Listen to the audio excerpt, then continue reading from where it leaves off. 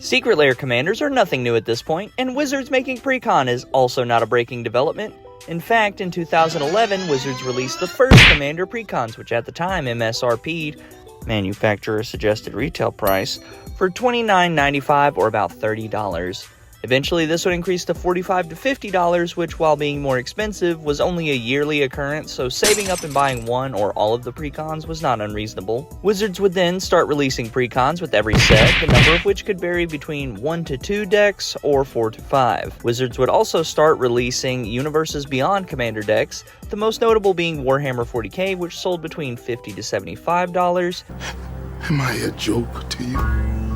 At this point, Wizards had done away with MSRP, leaving the market to set the price. They also released premium versions of the decks, selling for about $100. Finally, we get back to the point, which is Secret Lair Commanders. The first one was Heads I Win, Tails You Lose, which also was $100, breaking down to about $1 a card, and 10 alternate art cards in the form of double-sided art cards, so it was technically only 5 cards, but they had double sides, so it gets 10 alternate arts. This was the going rate for Secret Lair Commanders for the foreseeable future until we get to the most recent Secret Lair, Everyone's Invited, which based on the price tag makes it feel more like certain people with money are invited and everyone else can just suck it. Hello, I like money.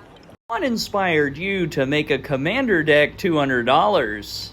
Money! However, this inspired me to make something that could make everyone feel invited, so I present to you, Everyone's Actually Invited. The commander of this deck, just like the Secret Lair, is Morophon the Boundless, a 7-mana 6/6 legendary creature shapeshifter with Changeling, meaning this creature is every creature type. That says, as Morophon the Boundless enters the battlefield, choose a creature type. Creatures of the chosen type cost Wooburg less to cast. This effect reduces only the amount of colored mana you pay, and other creatures you control of the chosen type get +1/+1. This deck is an amalgamation of different types of creatures coming together, benefiting from niche and not so niche things, starting with the backbone of this deck, the Changelings. Changeling Outcast, Moth Dust Changeling, Universal Automaton, Amoeboid Changeling, Firebelly Changeling, Imposter of the Sixth Path, Skeletal Changeling, Woodland Changeling, Avian Changeling, Ghostly Changeling, Mirror Entity, Moonglove Changeling, Chameleon Colossus, Changeling Berserker, Changeling Hero, and Moriat of the Frost. These Changelings not only provide unique synergies for other niche strategies in the deck, they are a staple backbone for the deck as well, since they slot into all creature types, not just one or two. Speaking of that, let's go over the other cards they will help benefit. Cloud Shredder Sliver gives flying and haste, Gemhide Sliver and Mana Weft Sliver turns them into mana dorks,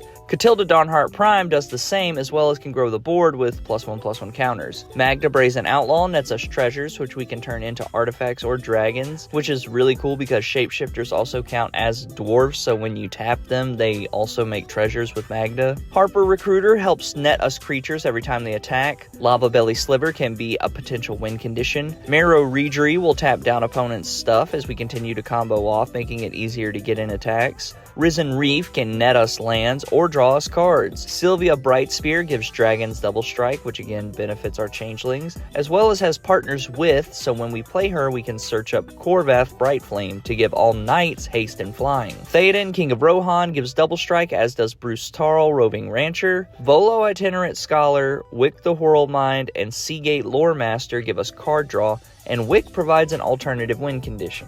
Joda, Archmage Eternal, lets us cast all of the creature of Morophon's chosen type for free. Kiri, Talented Sprout, gives a nice boost as well as provides some good recursion. Wing Splicer makes a golem as well as gives flying. Ruka Ramel, Biologist, lets us make everything into slivers, and we get to pick an additional type for our creatures, as well as Ruka Morel can crank out slivers if you pay mana into its ability. Tazri, Beacon of Unity, lets us dig 6 cards deep and reveal a cleric, rogue, warrior, wizard, and/or ally, and put one of each into our hand. Lastly, Avenger of Zendikar just dumps tokens onto the board, which can be used in a multitude of ways, from getting triggers to just making bodies or just getting in raw damage. For sorceries, we have Card Draw in Mass Appeal and Distant Melody. Haunting Voyage is a mass reanimation. Twice Upon a Time gives us a way to search for a changeling and is an extra turn spell. Dune Blast lets us keep the board relatively clear and lets us keep one creature around. In response, let's go to the instance. Shields of Vilas Vel can help get a one-time cash-in for spells that care about types if we haven't got our game plan online yet. Crib Swap exiles a creature and leaves behind a changeling, very thematic. Harrow for mana ramp. Stroke of Midnight for removal, and Evacuation for a quick reset before we redeploy. For artifacts, we have Soul Ring, Arcane Signet, Decanter of Endless Water, Realm Breaker. The Invasion Tree can literally dump every creature we have onto the battlefield if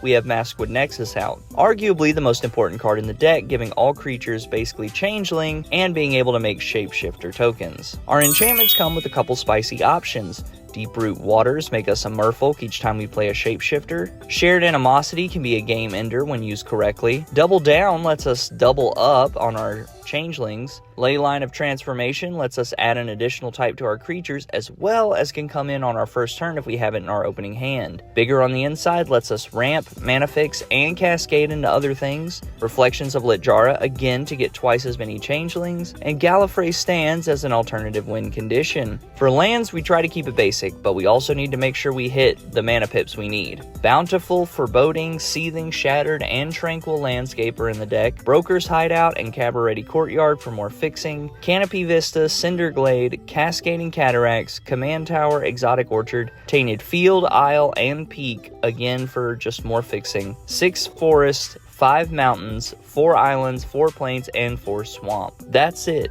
That's the deck. Currently it sits at under $48, so a perfect pre-con price for a deck that has an interesting gimmick. No combos in the deck, but it's still a fine puzzle nonetheless. And if you don't want to buy any of it, you can just proxy everything.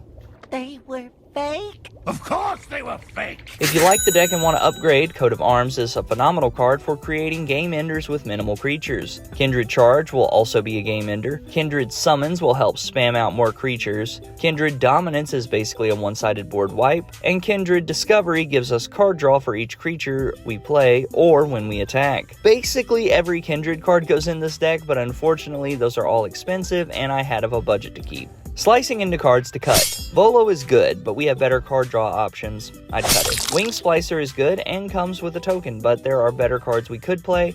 I'd cut it. Evacuation is good, but I'd rather wipe the board than bounce them back to the hand. Cut it. Dune Blast is a great board wipe in a pinch, but when the budget goes up, so do our options. Cut it. Bigger on the inside is a great mana fixer and cascading tool, but I think we have better options at a higher budget. I'd cut it. Well, that's the deck with some upgrades and cards to cut. Thank you so much for watching. Be sure to like, comment, and subscribe as it goes a long way to supporting the channel, and I appreciate it greatly. Comment a commander you would like to see built on a budget, and I will catch you in the next one.